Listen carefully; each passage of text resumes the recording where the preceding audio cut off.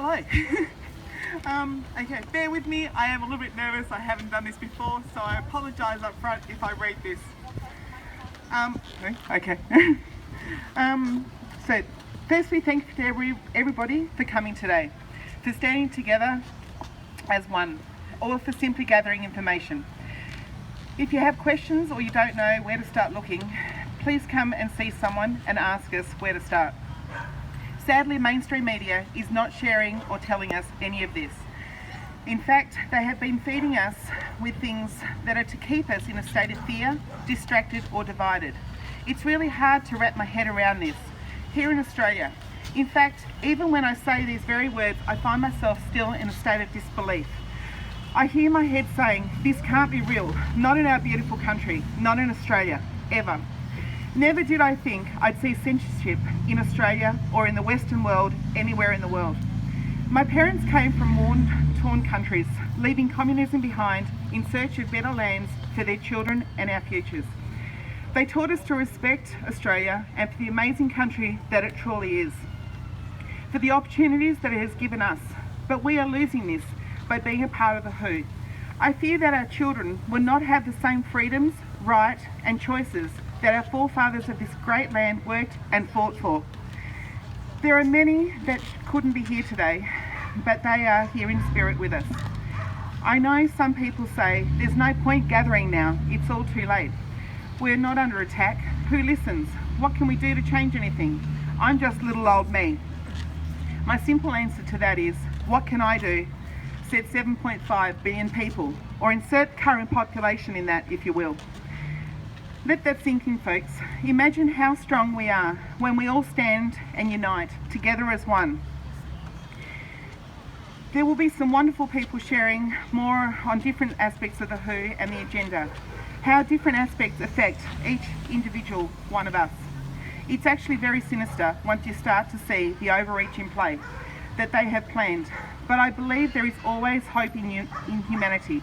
Our souls are what set us apart of the rest. The WHO think they know more than our doctors. The WHO wants to institute global digital health certificates. The WHO wants medical mandates to participate in society. The WHO wants to remove human rights from the international health regulations. This is not okay. We are under attack. Our freedoms, our choices are under attack each and every day, including every time we comply. There are so many laws being changed, it's mind-blowing. I'm still new to all this and playing catch-up. I'm still grieving the world I thought we once had, yet realising every day it's more upside down and inside out than I could have ever imagined. Why are we here today? To show and share with others. We are many, we are united, and we are ready. This is not a protest, it's an event. The tone and message of this event is different from other global events the freedom movement has had before. We're not making a demand, it's a display of our collective strength, unity and readiness. Thank you for showing up and for helping us display this powerful message. We are ready. Unity in community, together we are one. If we truly believe we are who we are and that we're ready, our fear and anxiety will disappear and we can start using our energy to prepare instead. Just because they are powerful does not mean they will succeed. When you look at history, this has been in the plan in the making for over 100 years. For their plan to work, however, we all actually have to comply. And this is where I think unity and community comes in, and it's so important to stand united as one. I love that truth always comes out. Sometimes it takes longer than we anticipate and would like or hope, but it does come out. For so much truth is coming out all around us right now. So many people are learning the truth each and every day.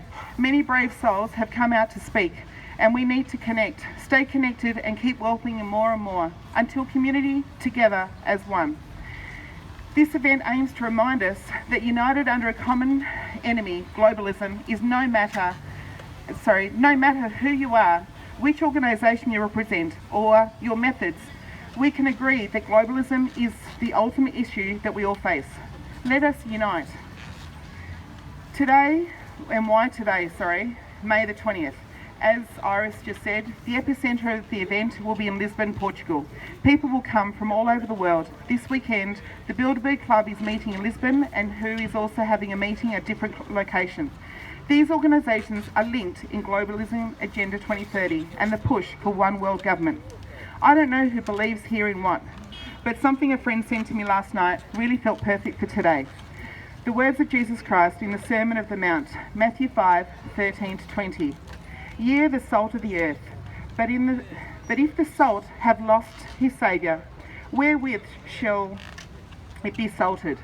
It is thenceforth good for nothing, but to be cast out and be trodden under foot of men. Ye are the light of the world. A city that is set on a hill cannot be hid. Jesus was telling his people to be the salt, add flavour to the world, cleanse the infection in the world and present against corruption. If you fail to do so, the infection of evil and corruption will overcome you. You will be trodden down. Being the light of the world is to shine brightly as example to others and to extinguish the darkness with our light. People ask me why I'm doing this, why I'm still trying to talk to people, because people aren't listening. Actually, they are. Again, my answer is, how can I not? I brought two precious angels into this world. I owe it to them. We owe it to our children. We owe it to our grandchildren. We owe it to the countless families that lost so much, that we have been privileged and blessed to live the lives that we have. I'm not exactly sure what to do in the big scale, but what I do know is that there is unity in the community. I also know that they want us divided, the good old divide and conquer, keep us distracted and in fear. I've been so blessed and so grateful to have met some of the most amazing people in this journey, from the girl who turned up to her first rally thinking that this was crazy, to standing here talking in front of you, but also seeing the lawns filled, hundreds of people everywhere, thinking this many people can't be so wrong. It got me researching, and thank God for that.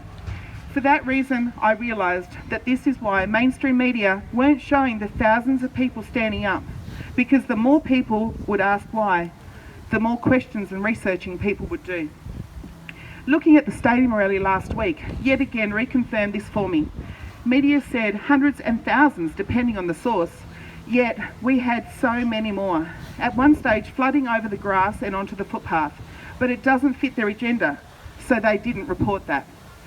And this is why I think it's so important to gather together, to keep showing up, so that the more people are reached, the more people see what is going on, more community is being built where we can continue to grow.